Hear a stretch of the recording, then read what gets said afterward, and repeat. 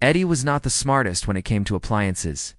He was a creative type, always tinkering with strange ideas and shortcuts.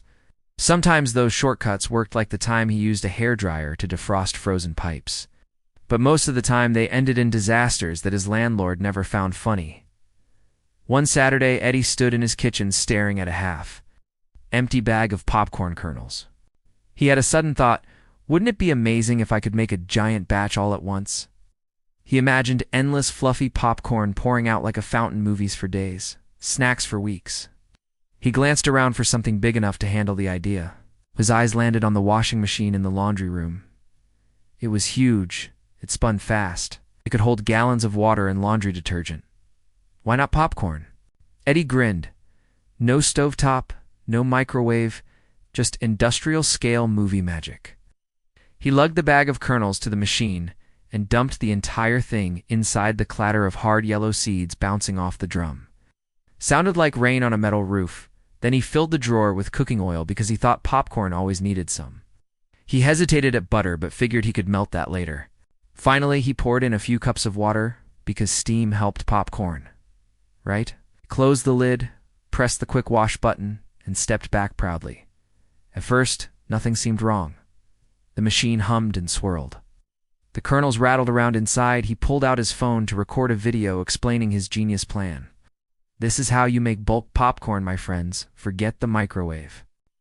The future is laundry snack technology. 5 minutes later, the rattling grew louder.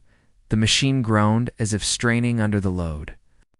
Then came the first pop, a sharp crack, followed by another pop, pop, pop, inside the drum. White puffs began to bloom against the glass. Eddie clapped. It works. But within moments, the pops multiplied, hundreds exploding at once.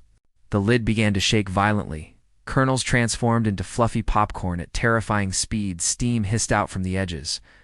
The machine beeped angrily, as if trying to reject its new purpose. Then came the flood. The door burst open with a blast of hot steam, and out poured a tidal wave of popcorn. Fluffy kernels cascaded across the laundry room, floor spilling into the hallway. Like foam at a party, Eddie shrieked, trying to shut the door. But the avalanche kept coming. The spinning drum spat popcorn in every direction, ricocheting off walls and piling higher by the second. Soon the floor was completely hidden under a blanket of white puffs. The mountain of popcorn rolled into the kitchen, into the living room. Climbing up furniture. Legs. Eddie waded through waist-deep snack food, coughing on salty steam. Help. He shouted to no one in particular, I'm drowning in popcorn.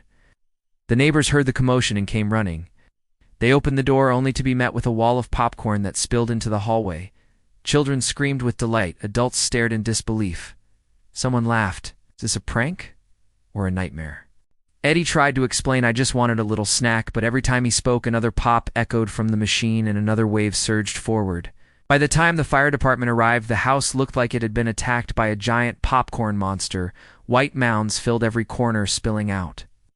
Windows drifting into the yard. The firefighters had to dig their way through just to shut off the power.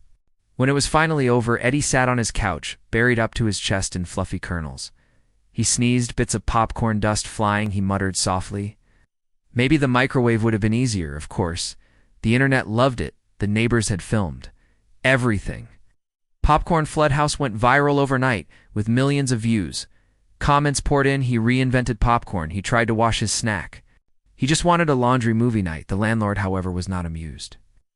The bill for cleaning repairs and replacing the destroyed washing machine was astronomical. Eddie signed the paperwork with greasy fingers still smelling of butter.